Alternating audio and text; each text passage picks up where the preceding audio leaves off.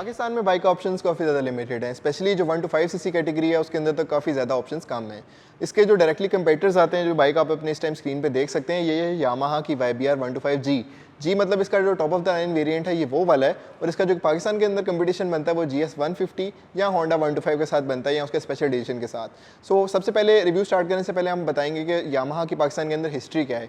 So basically Pakistan में जो Yamaha का कॉन्ट्रैक्ट था वो दाऊद के नाम से एक कंपनी थी 1975 के अंदर। वो जब यामाहा जापान पाकिस्तान के अंदर आए, उस कंपनी के साथ कॉन्ट्रैक्ट किया, वहाँ पे बाइक्स बनाना शुरू हुए, लेकिन वो बाइक्स 100 सीसी से कम कैटेगरी की थी, और लेकिन वो पाकिस्तान के अंदर बहुत ज़्यादा सक्सेसफुल थी।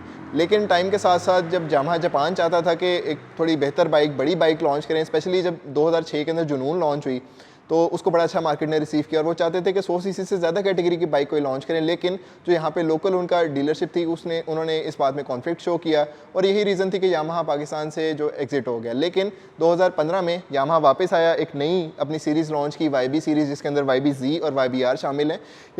ये जो इस टाइम आप अपनी स्क्रीन पर देख सकते हैं YBR 125G, आज हम इसका रिव्यू करेंगे। इसके थॉरो स्पेक्स वगैरह, फीचर्स, नॉन फॉल्ट्स क्या हैं, फ्यूल एवरेज, परफॉर्मेंस, सारी चीज़ें इस रिव्यू में डिस्कस करते हैं। तो पहले रिव्यू स्टार्ट करते हैं।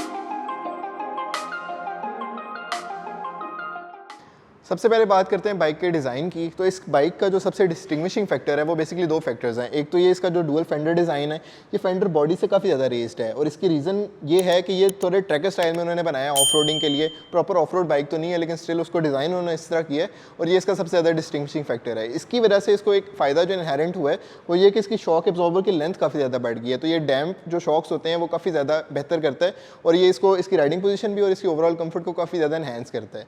अगर आप बाइक के सामने देखें तो आपको एक रिंग मिलती है अराउंड द लाइट। मीटर इसका वही यूजुअल स्टाइल के अंदर जो बाकी YB सीरीज़ की बाइक्स आती हैं बिल्कुल वैसा ही है। इसके इंडिकेटर्स भी वैसे ही हैं। अच्छा, बाद में जो एक आपको डिस्टिंग्विशिंग चीज़ मिलेगी वो इसके स्कूप्स हैं। ये स्कूप टोटल प्लास्टिक में और बॉडी से काफ़ी ज़्यादा एक्सटेंड कर रहे हैं। ये इसकी खूबसूरती को एक बहुत अच्छा जो एलिमेंट है उससे देते हैं। इवन कि ये जो बैजिंग है इसकी, ये बहुत ही डिस्टिंग्विशिंग स्टाइल की है। ऐसा नहीं है कि जो बाकी लोकली मैन्युफैक्चर आने वाली जो बाइक्स हैं उसके अंदर ये सारी चीज़ें, जो छोटी छोटी चीज़ें हैं डिटेल्स में, डिज़ाइनिंग में, वो सारी मिस हो जाती हैं। यही वजह है इस बाइक के अंदर जो दी गई हैं। इसी वजह से जो यूथ के अंदर ये बाइक बहुत ज़्यादा पॉपुलर है। अगर आप पीछे आते जाएँ तो इसके अंदर सीट आपको थोड़ी सी बैठी हुई मिलेगी। यही वजह है कि जो राइडिंग पोजीशन है, अब इसके अंदर बंदा बैठा होता है, बाइक के अंदर बैठा होता है, बाइक के ऊपर नहीं बैठा होता। उसकी वजह से जो कंफर्ट और कंट्रोल है वो बहुत ज़्यादा आ जाता है, और इस सीट का जो मटेरियल है वो इसके कंफर्ट में बहुत ज़्यादा रोल प्ले करता है। स्पेशली कि ये सीट बिल्कुल भी स्लिपरी नहीं है। ब्रेक वगैरह लगाने पे जो आपका पीछे पिलियन राइडर है वो आगे नहीं आता, बहुत कंफर्टेबल बैठा होता है। ये भी इसकी डिज़ाइनिंग एलिमेंट बिल्कुल येलो कलर और साथ ग्रे और रेड का कम्बिनेशन यहाँ बैक तक आ रहा है। इसके बाद आपको फ्रंट की तरह यहाँ पे भी एक्सटेंडेड कुछ पार्ट मिलता है ग्रैबर के साथ। ये ग्रैबर इसके अंदर ऑलरेडी फिट हुआ आता है। नीचे देखें तो आपको अगेन शॉक एब्जॉर्बर मिलते हैं। ब्लैक थीम जो पूरी गाड़ी में जा रही है, वो पूरी बाइक में जा रही है, वो कॉम्प्लीमेंट हो रही है। यहाँ पे जो चैन कवर है वो भी प्लास्टिक के अंदर है।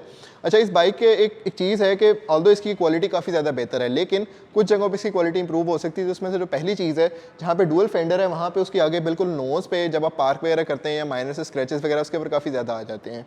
इवन आप नीचे भी देखें तो इस बाइक के टैंक के अलावा कोई भी बॉडी पार्ट जो मेजर है ना, ये इसका मेटल के अंदर है ना, इसका ये मेटल है, ये भी मेटल नहीं है। इवन के चेन कवर भी मेटल नहीं है। तो इसके ऊपर जो मेटल यूज़ है वो काफ़ी ज़्यादा कम है, लेकिन स्टिल प्लास्टिक थोड़े अच्छे स्टाइल का है, लेकिन वो बेहतर हो सकता था। बाइक के रेयर की बात करते चलें तो फ्रंट की तरह ही बैक पे भी थोड़ा सा एक्सटेंडेड है, और फ्रंट पे थोड़ा ब्रॉड स्टैंस है इसके, लेकिन रेयर पे काफ़ी ज़्यादा वो स्टैंस जो है लिमिटेड हो जाता है।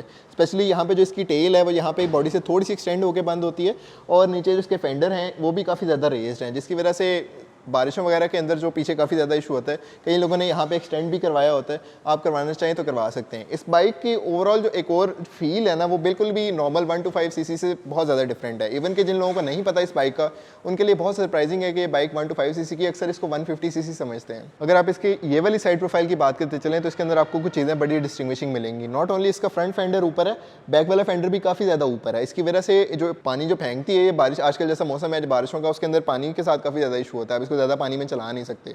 नॉट दैट कि इसकी ग्रिप वगैरह का कोई मसला है, इसके अंदर टायर बहुत एक्सीलेंट है, कोई ग्रिप का इशू नहीं है, लेकिन आपको कुछ चीज़ों का ख्याल रखना पड़ेगा। उसमें पहली चीज़ ये है कि इसके अंदर आती है डिस्क ब्रेक, और आपने जो डिस्क ब्रेक है उसको बड़ी एहतियात से यूज़ करें, स्पेशली पानी वगैरह के मौसम के अंदर। प्रेफरेबल यही है कि आप इसको सिर्फ एक फिंगर से ऐसे इसको पुल करें। अगर आप पूरा हाथ करेंगे तो पूरा व्हील लॉक हो जाएगा। डिस्क ब्रेक के साथ इसके आते हैं अलॉय व्हील्स, और जो इसकी ओवरऑल स्पोर्टीनेस है उसको ज़्यादा इन्हेंस कर देते हैं। बैक पे वही नॉर्मल सा इंजन वगैरह है, लेकिन उसके जो कंपोनेंट्स है काफ़ी ज़्यादा रिफाइंड है। इसका जो यहाँ पे आपको नज़र आ रहा है इसमें बटरफ्लाई कार्बोरेटर, इसकी वजह से इसकी फ्यूल एवरेज भी काफ़ी ज़्यादा बेहतर होती है। वो आपको नेक्स्ट पार्ट में बताएंगे इसकी फ्यूल एवरेज है क्या। नीचे साथ आपको मिलता है इसका मफलर डिज़ाइन, ये सारा क्रोम के अंदर है, यहाँ पे एक स्टिकर लगाया हुआ है। अच्छा, लेकिन मैं अभी सोच रहा हूँ कि इसका बम्पर को शायद आफ्टर मार्केट चेंज करवा लीजिए, जैसे एक्रोपोवी के ऐसी प्रोजेक्ट के आते हैं। OLX पे 1000 ऑफ लिस्टिंग है उन मफलर्स की, उन एग्जॉस्ट की, तो आप अगर वो देखना चाहते हैं तो लिंक दे देंगे हम डिस्क्रिप्शन के अंदर, आप वो भी देख सकते हैं। अब ज़रा इस बाइक के फीचर्स की बात कर लीजिए कि क्या क्या वो फीचर्स हैं जो इस बाइक को बाकी बाइक से डिफरेंट बनाते हैं। उसमें सबसे पहले तो ये है कि इसके अंदर जो डिस्क ब्रेक आती है, ये डिस्क ब्रेक CG 125 की किसी भी वेरिएंट के अंदर नहीं आती। GS 150 में स्पेशल एडिशन में आती थी, लेकिन अभी वो डिसकंटिन्यू हो गया, और सादा GS भी उसकी अवेलेबिलिटी काफ़ी ज़्यादा मुश्किल है, वो नहीं आता। उसके अलावा इतना डिस्टिंग्विशिंग डिज़ाइन किसी का नहीं आता। शॉक एब्जॉर्बर की जो लेंथ है और जो उसकी कंफर्ट है, उसको सिर्फ GS 150 ही राइवल करती है, होंडा 125 की कंफर्ट का इक्वल नहीं है। इसके जो टैंक का डिज़ाइन है, ओवरऑल जो स्पोर्टी एलिमेंट्स हैं, वो बहुत कम बाइक्स हैं यहाँ पे लोकली बनने वाली जिनके अंदर ऑफर किया जाता है। स्पेशली जो YBR 125G है और सादी YBR है, उसके अलावा YB जो डिफरेंट मॉडल्स हैं उनके अंदर भी ये वाले डिज़ाइन नहीं आते, तो ये बहुत लिमिटेड है। और इसके अलावा यहाँ पे इस जो फ्यूल टैंक है, ये 13 लीटर का टैंक है, और इसके अंदर तकरीबन 2 लीटर रिजर्व होता है, और इसका गेज भी मीटर के अंदर ही एम्बेड हुआ है, जो कि एक एक्स्ट्रा फीचर है जो कि बाकी बाइक्स में आपको नहीं मिलता है, not even in GS 150। 7 RPM meter है, और इसके साथ इंडिकेटर्स वगैरह, न्यूट्रल के लाइट्स वगैरह। और इसका एक फीचर जो मुझे सबसे ज़्यादा पसंद है फ्रंट एंड पे, वो ये है कि सारी चीज़ें आपके कंट्रोल में होती हैं। इवन अगर बाइक ऑन नहीं है, आप उसकी जो पार्किंग है और फुल लाइट और लो लाइट वगैरह ऑन कर सकते हैं, क्योंकि वो बैटरी से डायरेक्ट जा रही है, इंजन के साथ कोई उसका कॉन्टैक्ट नहीं है।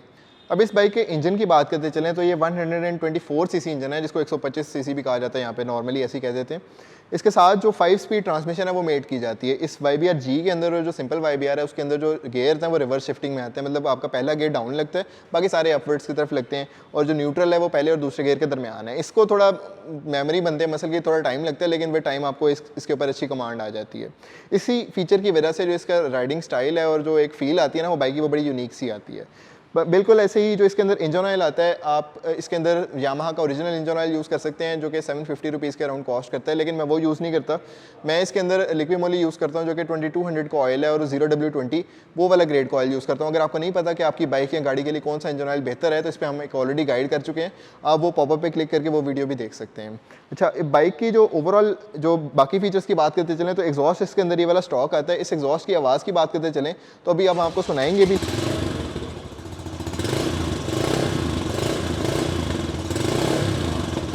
2016 से लेके 2015 में अगस्त में जब ये लॉन्च हुई थी, उससे लेके 2018 तक जो जापानीज़ मॉडल आए थे उनका जो स्टॉक था, ये साथ आता था साइलेंसर, ये बहुत ज़्यादा साइलेंस था, इसकी आवाज़ इतनी भारी नहीं थी। लेकिन उसके बाद जब इन्होंने लोकल प्रोडक्शन इसकी स्टार्ट की, उसके बाद जो इसकी आवाज़ है वो थोड़ी सी भारी हो चुकी है। इस बाइक की सस्पेंशन और कंफर्ट की बात करते चलें तो इसकी सस्पेंशन जो है वो 5 पॉइंट एडजस्टेबल है। आप इसको अपनी मर्जी से ज़्यादा सॉफ्ट या ज़्यादा हार्ड बना सकते हैं, डिपेंडिंग अपॉन कि आप किस टेरेन में चला रहे हैं और आपका ड्राइविंग हैबिट क्या है।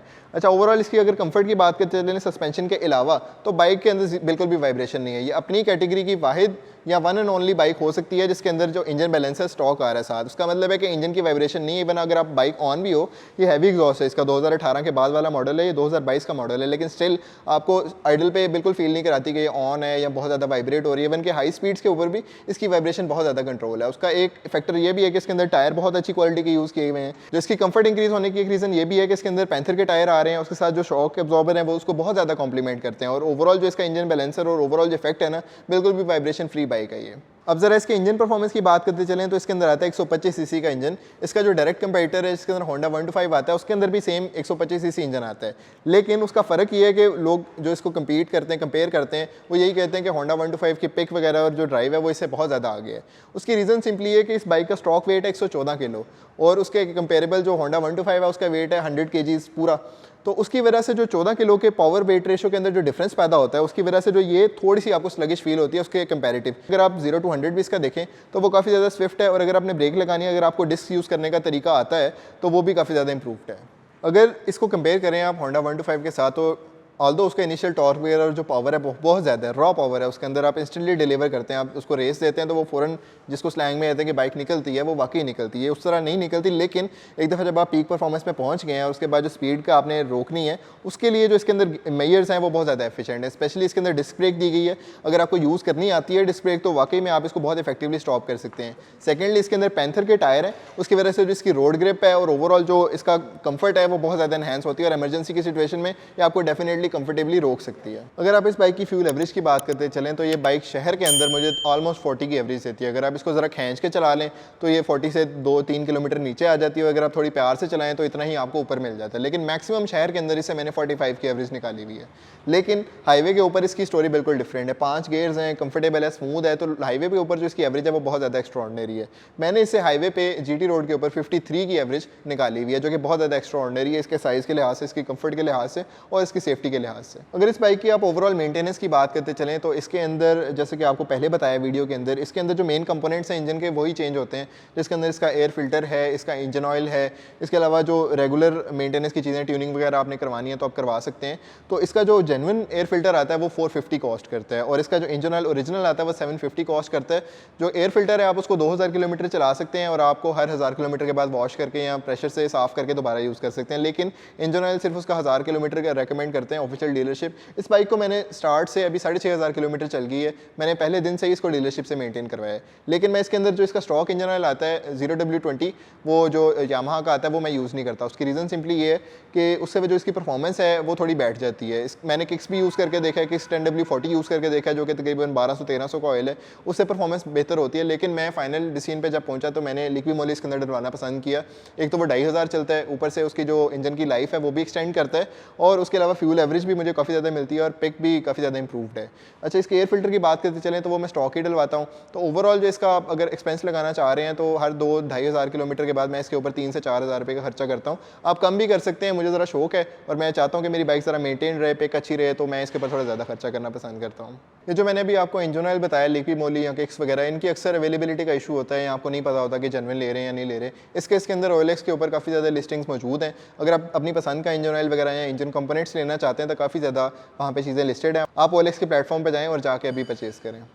अगर इस बाइक के नॉन इश्यूज़ की बात करते चलें तो डेफिनेटली हर बाइक गाड़ी की तरह इसके अंदर भी कुछ नॉन इश्यूज़ हैं। उसके अंदर जो सबसे पहला इशू मैंने फेस किया था जब ये बाइक 2-2500 किलोमीटर ही चली हुई थी, ये इसकी बाइक का जो फ्यूल गेज थी वो ख़राब हो गई थी। इसका फ्यूल गेज मैंने 3500 रुपये का जेन्युइन कंपनी से ही दोबारा लेके इंस्टॉल करवाया और अभी तक तो वो ठीक चल रहा है। लेकिन बाकी भी मैंने जिन राइडर्स हैं यामाहा के उनसे पूछा है तो जो फ्यूल गेज का इशू है वो कॉमन है। इसके अलावा अभी तक ये 6500 किलोमीटर चल चुकी है और इसके अंदर जो सेकंड इशू मैं अभी फेस कर रहा हूँ वो इसकी टाइमिंग चेन का है, वो आवाज़ करने लग गई है। ओवरऑल जो बाकी सारी चीज़ें इसकी ठीक हैं, बस ये 2-3 इश्यूज़ हैं। थर्डली आपको स्टार्ट में ही बताया कि इसके प्लास्टिक की क्वालिटी ऑल्दो बेहतर है लेकिन वो स्क्रैच को उतनी अच्छी तरह से रेजिस्टेंट नहीं कर पाते। स्पेशली जो इसका फ्रंट फेंडर है जो एक्सटेंडेड हुआ है उसके नोज़ के ऊपर काफ़ी ज़्यादा स्क्रैचेस हैं, सिंपली इसी वजह से कि किसी बुश वगैरह के अंदर पार्क करते हुए लग गई या दीवार पर लग गई। तो इन चीज़ों पर शायद यामाहा को गौर करने की ज़रूरत है।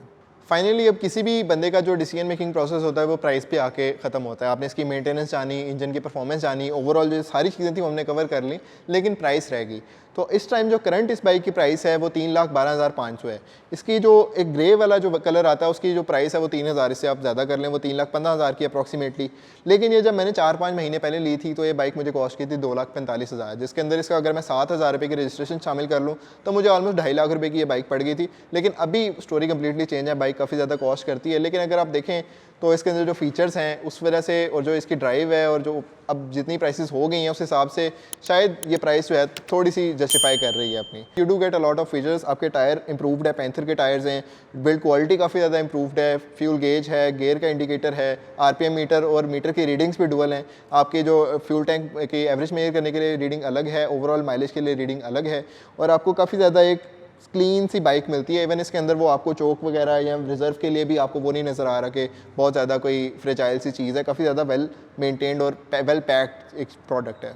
ये तो थी इस बाइक की तमाम तर तफसीलात। अगर आपको ये वीडियो पसंद आई है तो आप हमें तमाम social media handles specially YouTube, Instagram, Facebook पे लाइक करें, सब्सक्राइब करें, कमेंट करें और साथ ही साथ बेल आइकन को भी क्लिक करें ताकि आगे आने वाली वीडियोस आप तक पहले पहुंच सकें। मिलते हैं अगली वीडियो में। अल्लाह हाफिज़।